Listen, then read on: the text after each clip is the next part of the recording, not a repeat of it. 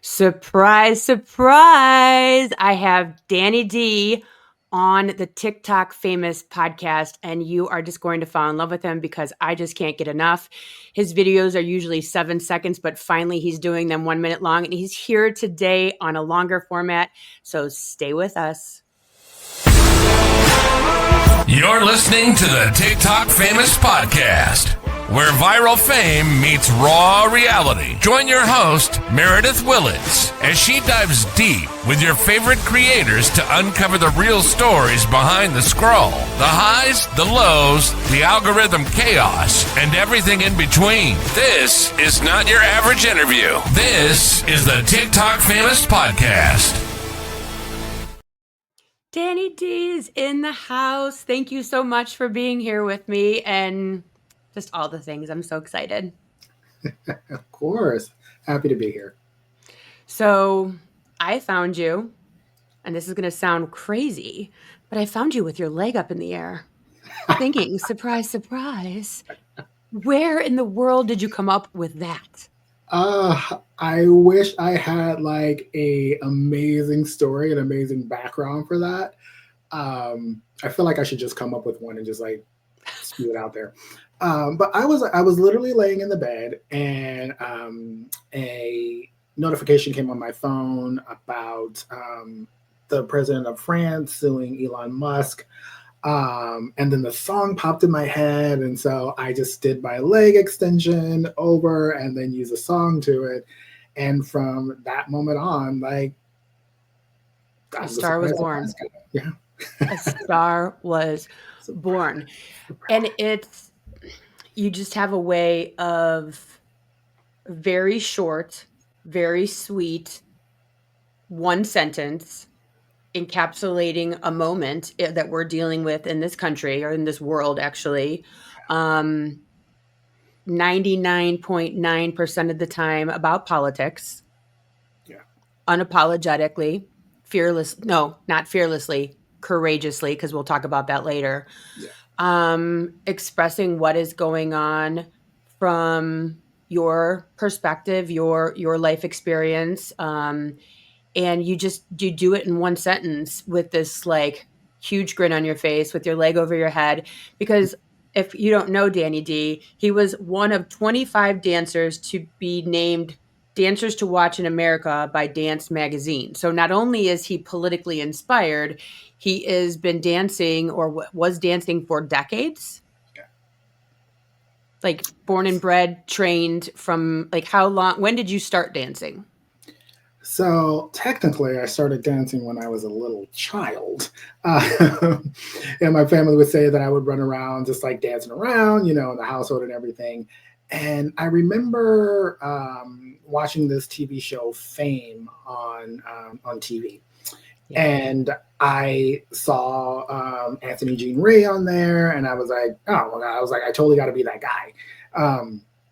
And then I didn't realize what was actually going on until I saw the Alvin Ailey American Dance Theater on TV. And I was like, oh, they're like actual dancers with technique, and they look like me.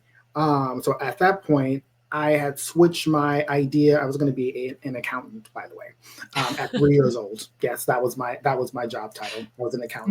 Numbers were yes, that's exactly what I would say. People are like, you don't know what an accountant is. I was like, no, it's a person who works with numbers. And they were like, okay, well, you do know what an accountant is. I was like, yes, I do. So from that day on, I knew that I was going to be a professional dancer. Wow. And so what got you into, or how long, well, as I'm sitting here talking to you, dancing is storytelling. I mean, really, to be honest, dancing is a form of storytelling. When did you start to realize that you had a story to tell and that it was important to you for it to come out of your mouth, and why that was, important? Yeah, so I really didn't get into politics until the first time Trump was running for office. And I wanted to see what was behind the curtain. And we've been living in this world, or at least in this country, where we have not really understood what was happening in politics. We're just like, oh yeah, things are great or things are bad. It was this sort of like polarized way of thinking. It's like, Mhm. one political party comes into office, things are bad. One political party comes in the office, things are good. But like, why weren't we really figuring out what was going on? So I took it upon myself to really start to do a little bit more investigating behind the scenes to figure out like why it is I'm not enjoying one party versus the other party. I'm an identified Democrat. I feel like I'm more of a moderate Democrat than anything else, and so I do share some views just based off of my religious background that are a little bit more conservative. But I just like to say that I'm a liberal because it makes the MAGA man. The Mega Man. The Mega Man. Beep, Mad. beep, doo, doo, doo. Yeah. Mega Man. I just made that up. Just go ahead and, That's trademark great. that. I like it. So was there any part of your childhood, your upbringing, your time in New York City, your time in LA, or just being a black man in America, was there anything that you believe like shaped your voice, um, or your experience to go, okay, instead of just voting, I feel like my voice needs to be heard, and I could actually make a difference. Yeah, so I am a social worker. That's my current job at this point in time as a social worker, and I'm an LCSW. And so one of the things that I notice is when I'm going into different spaces, I'm the one of the few or the only person who looks like me in this space. And so I would get a lot of questions. And initially, I was bothered by it, and I was like, "Y'all should know this stuff, because you're a And social who was worker." asking the questions and what kind of questions were you getting? So these are people, so other social workers. Okay. Mainly, I'm in predominantly white spaces with white females. So white female spaces essentially are a lot of what's going on in the social work field, or the environments that I were in, I would just say. Yeah. So I was getting a lot of questions just about like Black people, people who are on the LGBT spectrum, just my experiences in general. A lot of the stuff that is involved in what the DI initiatives are now. Those are the questions that I was getting prior to a lot of the stuff coming into play. And so I knew for myself I was going to be a representative of multiple communities.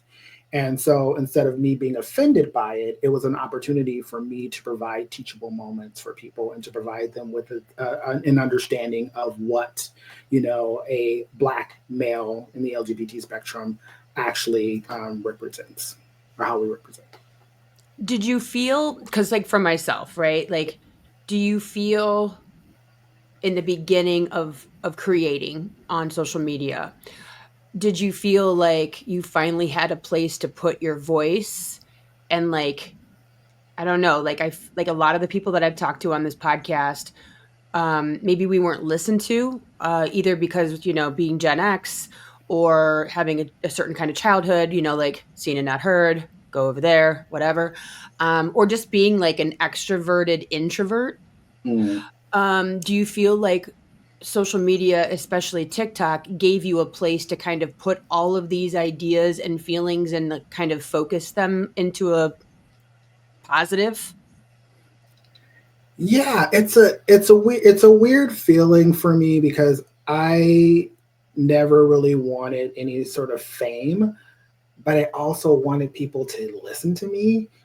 So it's like it was like, dude, you can't have both. So it's like I wanted people to listen to me, but I had to get to a certain clout, for people to go, oh, okay, well, yeah, we're going to listen to this guy because he kind of knows what he's talking about. And so yes, I do find it helpful to have this flat platform to be able to provide the information that I was providing before. Yeah. I just didn't have, like I said earlier, the clout, or the following to be able to provide me with the opportunity to spread my message to a wider spectrum. have you made a video or said something where you were like it grew legs? Like, granted, some shit just goes viral Yeah. and you're like, what? And then some stuff you're like, that's brilliant. It's gonna Right. go places, and it just like falls, and you're like, damn it, I have to re-release it. Um, was there anything that you put out there, or like when the leg videos started to like take off? Because I'm assuming that really took Yeah. like hold of your, exponential. You have a following right now of 713,000 just on TikTok alone. Where you were like, oh, how like people like that one. Like that, I need to make more of that content. Yeah, that and that's what I've been told. That's what that's what I heard, through the grapevine about like TikTok and TikTok in particular. If you have something that is successful, then you keep sort of recreating that in a different way, changing the format, or not the format, but changing like the wording on there. So that's what I did, and I just continue to figure out how to utilize my background as a dancer, and then also my political views as well too, and just combining those two things to keep spreading my message to people. What would you say, speaking about your message, what would you say? Well, first of all, who's your target audience? Is it MAGA? Is it other Democrats? Is it just education? Like, I mean, because your leg and smile are sassy. I mean, you're drawing some people in. You're like kind of like, surprise, surprise. Like, here we are. It's very kind of pokey, right? You're Yeah, poking the bear a little bit. yeah, So who would you say is your audience? Or are you just giving people like me, like, oh, that was a good one. I'll take that yeah. with me later on today. Like, who are you talking to? I mean, I feel like all of the above. I feel like every person that you mention is my target audience. Like I really my whole point initially for the surprise was to debunk a lot of the misinformation, lies. I'm just going to call it what it is. That happens on the right. That is really one of uh, my things. But the word just flooded in my head what I wanted to say. But that it just grinds my gear. Like the lying part for me. I was actually on a live last night on TikTok, and I removed somebody from the live because there's this total like a bull-faced lie.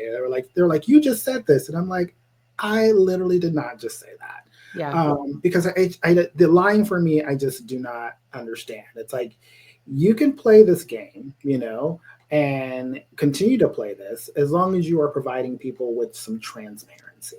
Yeah.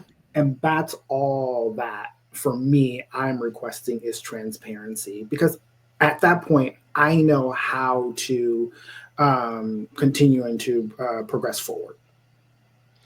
Yeah, I think like there's so many accounts right now that are trying like screaming from the rooftops like this is happening. Like I put a video out recently um about how they were either defunding or decreasing the investment of funding for cancer and Alzheimer's research. And everyone, you're lying. Just show me where this happened. You're Yeah. lying. This is fraud. And the hard part for me is when they came up with fake news. Mhm. Brilliant, by the way. Yeah. Brilliant. Yeah. Nothing has been more powerful in disinformation than the words fake news. Because you could say it towards anything and it just rolls. So for me, I think it makes like I have a physical response because it's so sad to me that we have come to a place where facts are debatable Hmm. and people aren't using the very easy resources of like look up the House bill, look up the executive order, look it up. Like you can literally see it in there, like the Save Act, where you have to have. And I put this out there. I'm like, married women who have changed their name, like myself, Hmm. you're going to need to figure out a way to register to vote. And I got either good, this is what we voted for, which we're happy about that, Right. or this is a lie. This is misinformation, and I'm like putting in the comments. I'm like, no, no, check the Save Act, right? Yeah. And I get a visceral sadness Mm. You know, I get sad because I feel like we're moving farther and farther away from each other. Um, and you know, I don't know if it's the real world or if it's just online, or I don't even know what it is. But when we're sitting here trying to have a conversation, and we're basically like, you know, we're not even in the same stratosphere. Like, where are you at physically and mentally and spiritually on a daily basis? Because this is not easy work. Yeah, I for me, since I do what I do, I understand how to listen to another person's perspective and not allow it to deter me from continuing to try to have a relationship with that person. And back in the day, this is what bipartisanship looked like, where you had a Republican and you had a Democrat who disagreed on something, and then that was it. The fake news, this is a lie, I'm going to take you down, I'm going to sue you, all of that stuff wasn't even a thing because, like, I don't have to agree with the person. I don't have to, because there's different parts for people. There are different parts of people. And this particular part, I don't agree with. That's not the whole person. Yeah. You know? So I don't have to agree with that particular part, but that doesn't mean that I'm going to dismiss this person from my life completely. Now, there are Yeah. certain aspects and certain things that people agree with that I'm like, we cannot be friends, in Right. any way, shape, or form. But politically, I'm like, I've had Republican friends in the past. I had Republican friends in the past, and we disagreed on certain things, and we would go, okay, well, I agree to disagree. We left it where it was, and we went to go have lunch. Well, I mean, honestly, most of my friends are Republicans. You know, like where I live, that's who I'm surrounded with, and those are the people that I love. Um, and it's like it's sad that we can't. I mean, we were taught. I mean, I was taught you don't talk about religion, you don't talk about politics, and you kind of have to go back to that. Yeah. But I do feel it was funny because my sister, she's always followed me on Instagram and Facebook, which is a totally different planet. Yeah. Like the fact that I'm talking about politics right now and I know this is going into Facebook is crazy to me because I don't talk about this stuff. Like I am a different person on TikTok than I am on Instagram and Facebook. Like those are two totally different Yeah. lives for me. And so my sister just got on TikTok and she called me. She goes, I just want to let you know that you're getting a little political. And I go, I know it's TikTok. I do that over there. And she's like, oh, so your whole self is on TikTok? I'm like, yes, my whole self is on TikTok. I don't compartmentalize. Have you found that you compartmentalize or are you putting everything on both? I put everything on both. My initial, like I said, I was initially had a huge following on Instagram, and as soon as I switched over to the political content, like people were saying, like, "Oh, we didn't know that you were going to be posting stuff like this," or I don't want to be your follower anymore because like A, B, and C, and I'm like, okay, well, this is a part of who I am. I am a black male, on the LGBT spectrum, surviving in America. Like I have to be honest about what's really going on here. And if you can't handle that, and you can't handle that part of me, which is a major part of me, then you shouldn't be following me because I am going to speak up about things that affect me and my communities, I should say. Yeah. I'm going to speak up about that, every single day. I'm going to fight for the marginalized community every single day. I'm going to fight for due process every single day. I'm going to fight for the overall human rights every single day. And I think that's so courageous because, you know, as you're saying, you had a larger following on Instagram and you shut that down because why? You were, Yeah, I mean, I shut it down because of what was going on with Meta in general. I was unable to support, and I had an X as well too. I had a huge following on Twitter. I don't know why I said X, but Twitter. And I shut it down because it was like I cannot support fascism. Bottom yeah, line, I can't do it, yeah.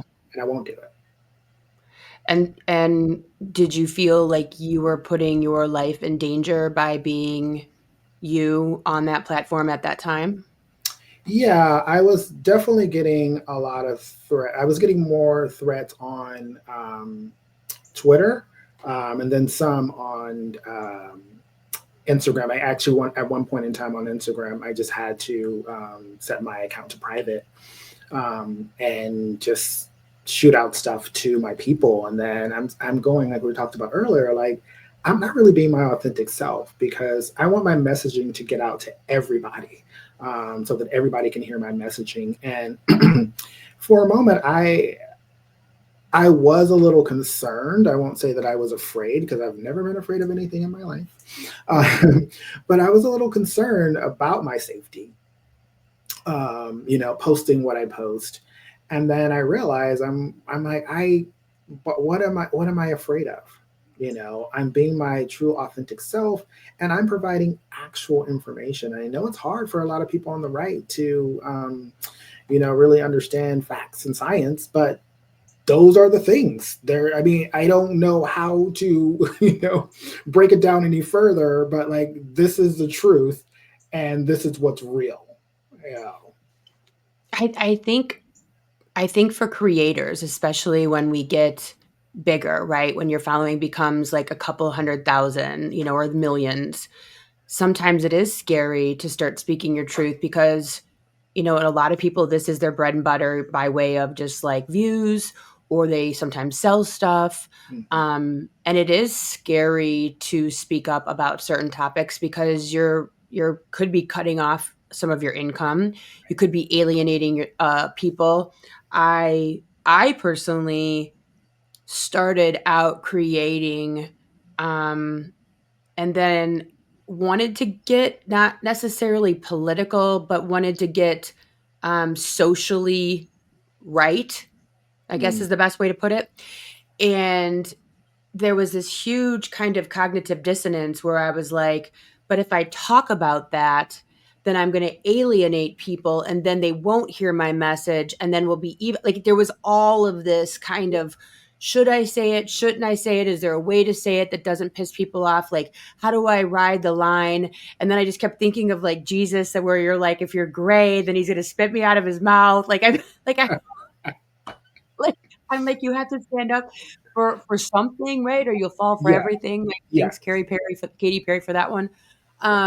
So yeah, like I think it does get difficult because you want to engage as many people as possible and maybe drop seeds, but at the same time, like then are you beige, right? Then are you just kind of like this middle ground that doesn't do anything?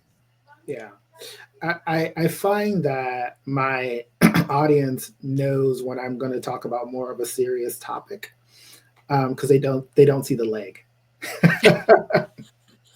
The leg does not the leg does not extend. Yes, I actually made a bit of a, for lack of a better term, a threat about not putting my leg up anymore. It was based off of the Wisconsin election for the Supreme Court. I was like, I'm telling you right now, Wisconsin, if you don't make sure that this happens, then this leg is not going up Oh anymore. my god, that's hysterical.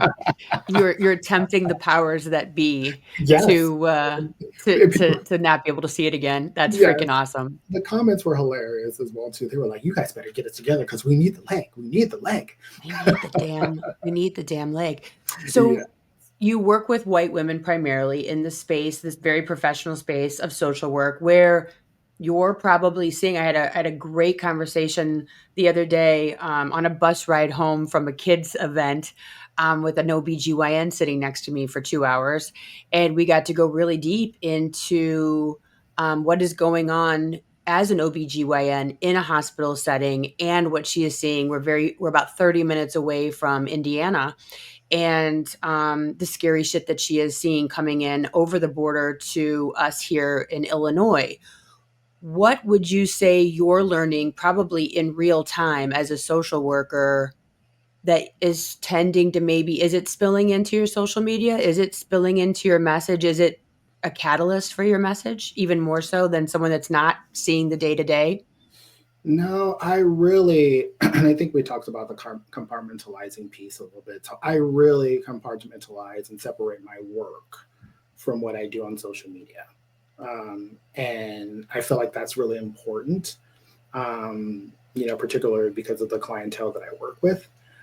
So I want to make sure that I am doing what I'm doing on social media and then doing what I do at work, and really kind of separating, those things. And so a lot of things that I do at work doesn't really align with what I'm saying politically. So it really wouldn't make any sense for me to have that sort of crossover, except for what I mentioned earlier about just teachable moments. If people have questions about, you know, me, and I know that again, I'm going to be a representative of Black male community and also on the LGBT spectrum as well too, I can answer questions based off of my experience.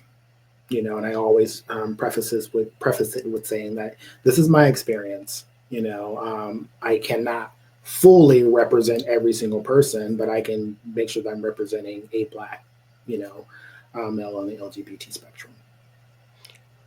How do you feel? Because when I started doing some work on my racism, just growing up, um, and learning about going to a person of color, and how that is extra work for them. Buy a book, watch a video, it's Mhm. out there. How do you feel when people ask you questions as if you're like this walking encyclopedia? Does it exhaust you? Does it excite you? Do you feel it's an honor? Do you feel like, hey, here's a great book, go read that? How does that feel? Or is it because of the fact that you are an educator? I think probably through and through. How does that show itself in the workplace or out in the world? Yeah, in general, I really like when people remain in a state of inquiry. It's really important to identify as a lifelong learner, because before, cultural competence was the topic, and then it was eventually changed because I'm like, how can you be competent about like someone's culture? Like that doesn't make any sense to me.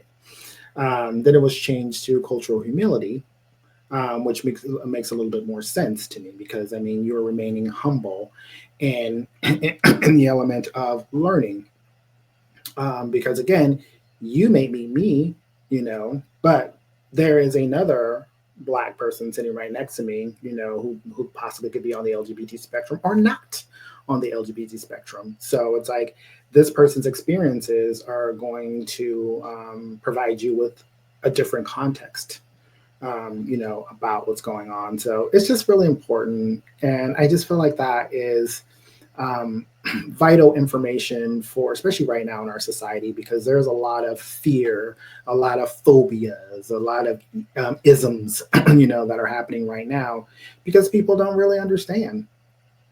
And there's that saying like people fear what they don't understand. And asking a question of a person that's standing right in front of you is very beneficial and is very crucial because like you are learning about that person versus these assumptions and biases and prejudices that we often have, and we all have them. Yeah. We all have biases and prejudices, but I would rather get information from that person standing in front of me so that I'm not leaning into that overgeneralization. Just because one person presents one way doesn't necessarily mean that I'm going to slump everybody in that category and go, okay, well, all white people are like this, you know? I just actually had this conversation at a luncheon that I went to, and it was all white women. And they were talking something about racism or something like that. And I said, if you can't apply it to the whole group, or you can apply it to another group, you might be wrong. All white women are bad drivers. Well, are they? Or are other people also bad drivers? Yeah. And the one woman at the lunch went, "Can you do that again? Can you say that one more time?" But it's so like, it's actually kind of exciting when you start breaking all of this stuff down. For me, I just had the real Slim Sherry on, and we were talking about basically, um, we're undoing our entire education. Yeah. We're undoing everything we ever learned in history, sociology, sometimes health class. I remember being taught as a youngster by a family member that I couldn't receive blood from a Black person Mm-hmm. because our blood type, no matter what, even if it was the same, it was different. Yeah. And just, the leaders of the Black charge during, in history in America, and Harriet Tubman. We have a top five, and then that's where it ends. Yeah. And just like undoing that, it actually is super exciting, albeit sad, albeit challenging. But it is really interesting to challenge yourself. And so I mean, if you looked at who I follow, it's it's everybody. But I like even going into an interview like this. Last night I'm like, I really hope that he can trust me. Maybe he's looked at some of my other work that I've done, because I understand a Black man on the LGBT spectrum going on to a white woman's podcast. That can be weird. Like, you kind of like, I've had a couple people that I've asked and they're like, all right, send me some of your stuff and I'll let you know if I feel comfortable coming on. But I think that we need to start challenging the ego attachment to Yeah. who we believe ourselves to be. And then as soon as we go, I'm nothing, then I think that we can move forward and learn from each other in a very beneficial way that actually grows the flower, instead of just like growing and then done. Like let the plant grow, let it spread around. Like you don't even realize how much potential you have as a human being when you do start pulling in. And I think that that's the sad thing that we're doing right now in this country, is we are trying, in my opinion, to make it one way that makes certain people comfortable. Mm-hmm. And if it doesn't fall in alignment with that comfort level for those certain people, then we need to get rid of it. Yeah. And I'm here to say that you're missing the boat completely, missing it completely. Yeah. It's. I mean, there's so many things. It's like this country was like built with immigrants in mind. And so targeting one community, first of all, we're on stolen land. We'll just say that. like we're all living on stolen land if you're not a part of the indigenous community. Period. Right. Period. Um, and so this country was founded based off of immigrants. So it's very interesting to me that the the immigrant community is being targeted in the way that they're being targeted right now. And this is a litmus test, because this starts with one particular group of people because of the legal status. And then it's going to transition over to other groups of people as well too. It's people that they don't like. As you mentioned earlier, people that don't fit the mold of what they're trying to turn America into, which is a white nationalist Christian male community, our country. And it's not going to work. I really am, like, I'm sitting back a little bit and watching like what's going on, and it's not going to work. There's no way that what they're doing is going to continue to make sense to the larger population of this country, which is why there are multiple protests, which is why these town halls in these ruby red counties and cities and states are pushing back. People are literally saying, we do not want a king. There are no kings in America. They don't want autocracy. They don't want anything that's happening right now. Everyone wanted, we all wanted a good economy, lower groceries, lower eggs, lower gas prices. Everybody united on that front. One person focused on that, which was genius, focused on that. The other person didn't focus on that. Yeah. And because that other person didn't focus on that, then people are falling into line with what's going on over here. Yes. He based all of his things and getting people emotionally charged. I always talk about like the tier of the Republicans. There's MAGA base, there are Republicans, and then there are MAGA Republicans. The MAGA base were never heard. When you are wanting to build a community, and you see people who are not listening to you, that community is going to latch on to someone who is actually listening and hearing and seeing what he was saying to them. He spoke directly to them. This is the I same think thing. the big thing as you're talking, I think the big problem is they're still talking about the eggs. They're Yep. not talking about the things that you and I are talking about. Right. That stuff's staying hidden, or being lied about. Like the one guy, and I'm not going to remember his name, of course, but that the Supreme Court said you absolutely have to be a part of bringing him back Yep. into the Kilmore country. Abrego. Yeah. Thank Kilmore you, Abrego Garcia. Yeah. thank you, and so then okay, but then the news that they're listening to, because I do believe the planet's been split in half, is Oh, for one sure. news and then the other news, For sure. is he's got tattoos on his finger. Yeah. And so when Trump's speaking about the tattoos on his finger, his followers are like, "What do you want us to do? We're getting rid of criminals. We're doing the right thing." And I honestly believe, I do believe beyond a shadow of a doubt, that there is a good majority of people that are following this administration that believe that the right thing is being handled.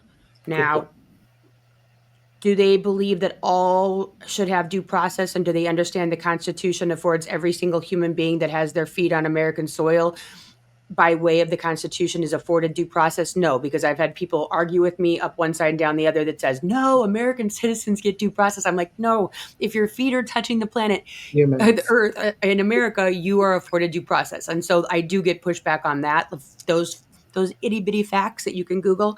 Right. But I do believe that the majority, let's go 80, 90% even, don't understand what's actually happening, because they're Correct. still talking about eggs. They're still talking about gang members. They're still talking about the things that they believe are the right thing. Like, hey, Doge is Mhm. getting rid of fraud. Why don't you want that? Right. Doge is getting rid of criminals. Why don't you want that, Meredith? Why don't you want that, Danny? This is a good thing. And I just look and I go, hmm. Yeah, that's not happening, and that's a part where that's the delusion that kicks in, and that is the cultist mindset that kicks in as well too. And this is what I was saying about him emotionally charging them to think what he's saying is correct. Yeah, In one of his rallies closer to the end, he literally said to his base, I don't care about you, I just want your vote. And they cheered. yeah, And I liken that to like an animal, in a sense. And so when you're talking to an animal and you're like, oh, go give, oh, baby, blah, blah, blah, my voice tone doesn't change, but I could be saying some horrific things to that animal, but the animal's going to be like, oh my gosh, oh, I really love it because of my tone. yeah, Yes. If I say, you're a really good doggy, with a stern tone, it doesn't matter. The tone is what's going, and so that charges their emotions, and this is what they're basing their decisions off of. It's all emotional reasoning at this point in time.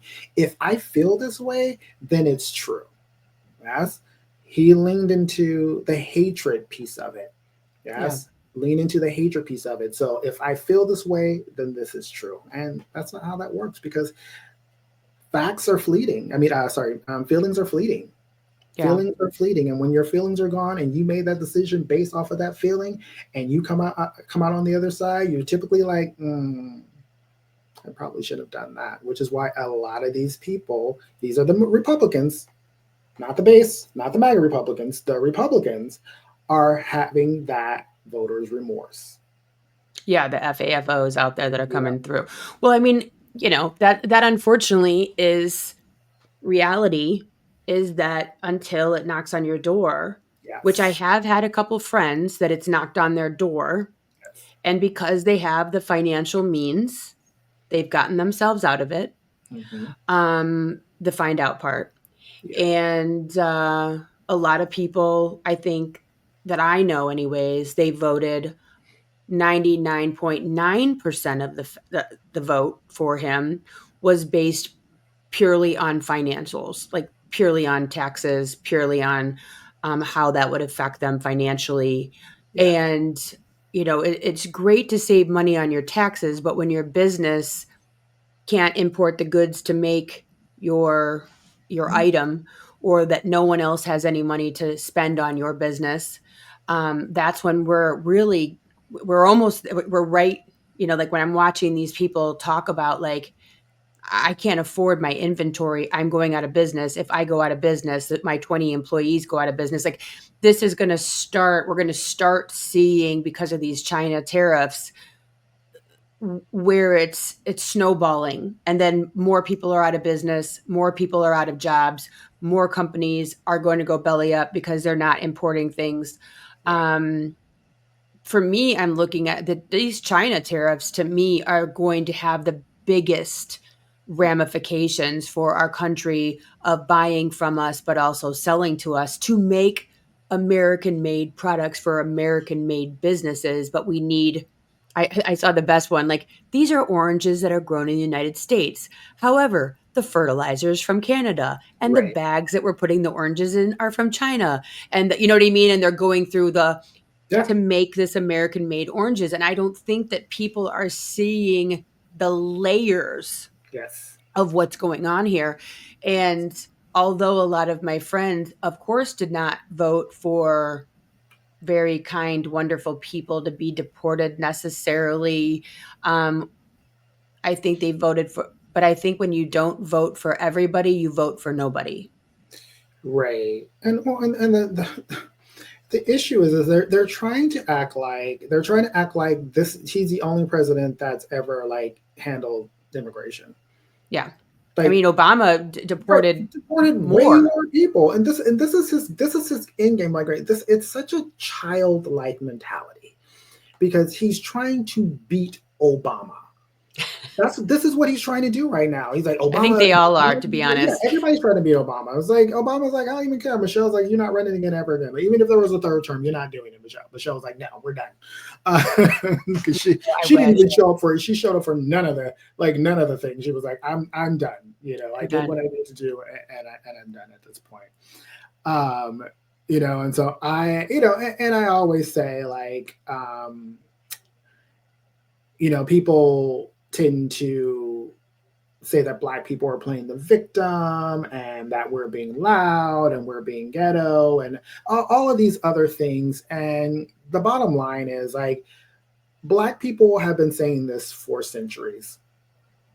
And especially with this upcoming election, if you look at the trend, Black people were really pointing out Project 2025 and saying, this is a real thing. This is going to happen. And people were like, yeah, well, no, he said that he has nothing to do with Project 2025, where his name was mentioned, and I can't remember the exact number, but his name was mentioned in there multiple times. And I'm going, I don't understand how, again, facts and science are very difficult for the right to understand. And it just baffles my mind because, again, like, we were saying this from the very beginning. We were saying this during slavery. We were saying this during the civil rights movement. We were saying this to Black Lives Matter movement. We were saying, like, this, nothing has changed. Yeah. Nothing has changed. And for me, I'm like, I'm like, this needed to happen. Yeah. No, This I made a video on that too. This is it where we're needed at. it needed to happen because people were getting very comfortable about what was going on. We're 3 months in, and it's like it's hard for me to have empathy for people right now because I'm like, we're 3 months in, at this point, and I'm not talking about like people being deported and all the horrible things that are happening to innocent people. I'm mostly talking about people who were comfortable, people who are like, oh well, I didn't know. I didn't know you knew because, like, people were telling you, like, impoverished, people were telling you this stuff. It's in Project 2025. Like, all of these things were noted in all these things. And until Congress gets off of their butts, gets in there and gets inside that Constitution and starts to make the Constitution effective and beneficial for everyone who lives in this country, things will continue to be the same. There's no reason why Roe v. Wade was overturned. There should have been no reason why Roe v. Wade was overturned. Zero reason. Wild. That's comfortability. That's status quo. Status quo. I mean, my dad's an attorney, he was a judge, worked in a prosecutor's office, and he told me, I remember like a decade ago, he's like, Meredith, they will beat this to death. It'll never get overturned. Hmm. Never. We will never have our rights taken away from us like that. And here we are. But they use it's back to the states. The wild thing to me is this should be afforded as a blanket to Yes. all across the country, Yep. regardless of what state you live in. You should be afforded protections. Protection should be national. Yep. Protection should be, if you want to have states that, in New Jersey, it's illegal to pump your own gas. Honestly, I think that should go across America. I am all for them pumping my gas for me. But I miss it. I miss those days. me too. I do. But a protection should be Yes. global, so to speak, right? It should be for everyone across the country. And it's weird to think that that's education, protection of education, 504 plans, IEPs, those protections should be afforded nationally across the country. And if you want to have like perks and this and that, or this kind of law and that, but being afforded a protection, and the right to privacy, those are what Roe v. Wade, and to me that's mind blowing that they got a Supreme Court, and why they didn't pack that Supreme Court, which, I've had I've had Beauty Mark on here, and he's a guy that bitches about both sides, and I'm about to have Mute the Media on here shortly, and he's a guy who's thinks that all of it's a pile of shit. And I watched your video recently where you're like, hi, we do have a playbook. It's called Project 2025. All we have to do is read it, and then we can get ahead of it, and then we can actually like get ahead of this nonsense and be ready, right? Like I watched your video about that. And also, Clinton was impeached for less, and Yeah. we're sitting here with this nonsense. So for me, I'm like, Yeah. listening to Mute the Media and listening to Beauty Mark and going, is this two sides of the same coin that nothing is happening? Like, we know what's coming. We know what he's doing. We're like, Kash Patel was just being interviewed the other day in Congress, and they're like, hey, your budget was due a week ago legally, and when are we expected? And he's like, Yeah. I don't have it. Well, No big legally deal. you had to. Yep. No big deal. Yep. No big deal. And Laissez and faire. and my video was yesterday was, you know, we have built this entire political landscape on pleasantries and Yes. assumption of good. And Yes. now that we're in this weird place where people don't give a shit about pleasantries and the way things are supposed to be done, but this is the way we've always done it, and we have these people out there breaking the law and not showing up with the budget that was due last week, and not listening to 9 judges of the Supreme Court saying bring them back. We don't know what to do with that. Yep. And the solution is very easy, and it's very clear what the solution is. And at this point, the Republican Party can stop this if they had the desire to do so. They did it before. They did it before. And I truly don't understand what they feel. Again, at this point, I don't care what you did, because obviously there's some skeletons in the closet. Because they're afraid. They're afraid. I don't care what you did. Like, I really don't care what you did. And the majority of Americans do not care what you did. Just go in there and do the job. Yes? Impeach. Remove. That's what needs to happen at this point in time, because, again, you have people from the top down who are saying, I'm not going to abide by the rules.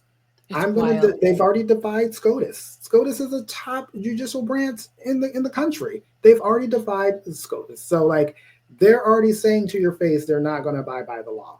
So go in there, do your job, get them out. We'll have discussions later. Like, we will have discussions later, and they could be viewed. They will go down in history as like the biggest heroes in the entire this decade. Yeah. Or this century. And I remember people when I was a kid, my dad, again, was a defense attorney. And I remember like third grade, he was defending a rapist or something like that. And I remember being a kid and everyone going, how does your dad do that? And I went home, panicked because I don't have an answer at third grade. And I'm like, how does dad do this? And my mom, said like, look, everybody hates defense attorneys until they need one. And when their dad or mom needs one, or they get in trouble, or their cousin or somebody gets arrested, they're going to want to call someone like your dad. And I went, thank you. And then I went back to school the next day, and I was, I had my answer with my toolbox of answers. And as I'm watching these ideas of deporting U.S. citizens, I don't even know if that's the right word, deporting. I don't think you can deport a citizen from its own country. I don't putting humans in concentration camps. I don't know what it is. In other countries. Yeah. It's happening. But it's all fun and games until it's you. Yes. It's cute until you need to be, go through, have due process. And that's the problem is that eventually here we're going to be, if not 1 degree away from these types of situations, where it's going to be us. And that's that the poem, and then they came for you, and we're seeing that, and that's the FAFO, like the farmers that voted for him, the military that voted for him, and now their stuff's being cut, which I'm sure I'm going to have people on this video telling me that I'm a liar, that the VA is not being cut, even though I have people messaging me weekly saying I can get into my therapist once a year now. If that, my therapist is fired. Now there's 3 therapists for 400 people through the VA. And, and now they're coming for the veterans. They're coming for the farmers. They're coming for normal citizens. They're coming for colleges. They're coming for law firms that prosecuted him or had something to do with the prosecution of Donald Trump. They're coming for people that are teaching in universities across the country. They're coming for us. That's the us. Yeah, it's a retribution chore, and that's what he said that he was going to do it. Like he said it. He said out of his mouth that this is what he was going to do. Yeah. And so, I just at this point, this is where we are. Yeah, this is where we are. And so we stick our leg up in the air. I can't do it like you do, and we lay back on our couch or our bed with a big smile on our face, and surprise, surprise, this is where we're at, even though there was a manual for it. Yes, there was a big old 900-page manual for it, and it's still there. Still there. So Democrats, do the thing. I have a video on TikTok. You can go watch it. Just get up there, get ahead of it, because the offense wins, not the defense. Yeah, it's cute. It's very cute. It's seeing Marjorie Taylor Greene being taken down in these committee meetings. That's really cute, and it's very funny, but like, get ahead of it. Get ahead of it. We have, they always said, like, I don't know how to raise my kids. There's no manual. There's an actual manual for this. There is. There's an actual manual for this. Yeah. Well, I so support everything that you're doing. You go on live all the time. I catch you live. So not only are you doing 7-second videos that are drawing us all in and giving us kind of just a space to commune with you, with your leg up, with a smile on your face, and like this just kind of FA moment. It's also you're educating people inside of the space of truth and conversation and education about so many different things. And I myself love you and appreciate you. You are on Instagram, you're on YouTube, you're on TikTok, doing dancing and educating and going live and all the things. So I so appreciate you. I fell in love with you the first time I saw that foot up, and I have been following and laughing and smiling and FAFOing around with you. So thank you for all you're doing. Of course, I am happy to be able to provide a little bit of levity in all what's going on. It's like people go, oh, but the words are terrible, but like we enjoy watching you move or watching your leg go up. Because I want to make sure that I'm providing as much context as possible with a little less of what my boy Aaron Parnas does. With breaking news, you're like, oh my gosh, you get the visceral response with the breaking news. He's a whiz. I know every time I see his face, I'm like, oh God. Like, what's happening now? What's happening now? Breaking news. It's like, oh, Aaron. That poor bastard. He's aged 4 years and 3 months. That poor guy. He's a baby too, and I'm like, yes, it's like, oh yeah, you could definitely tell. I was like, get some rest, boo boo, get some rest. I know, right? As I'm sitting here ready to close the show, I'm thinking about how you were named one of the 25 dancers to watch in America, and I'm thinking about how you're still one of 25 dancers, or even the one that I want to watch in America, even if it's just on TikTok and social media, because you're still dancing, you're still bringing the joy, you're still bringing the information, you're still a storyteller by way of your moves or your mouth, and we appreciate you. Yes, thank you. It's an interesting little tidbit about that. It's like I was named one of the 25 to watch, and then I retired like a couple of months later. So now, did you? So or now, did you? The 25 dancers you're watching me now based off of what that was.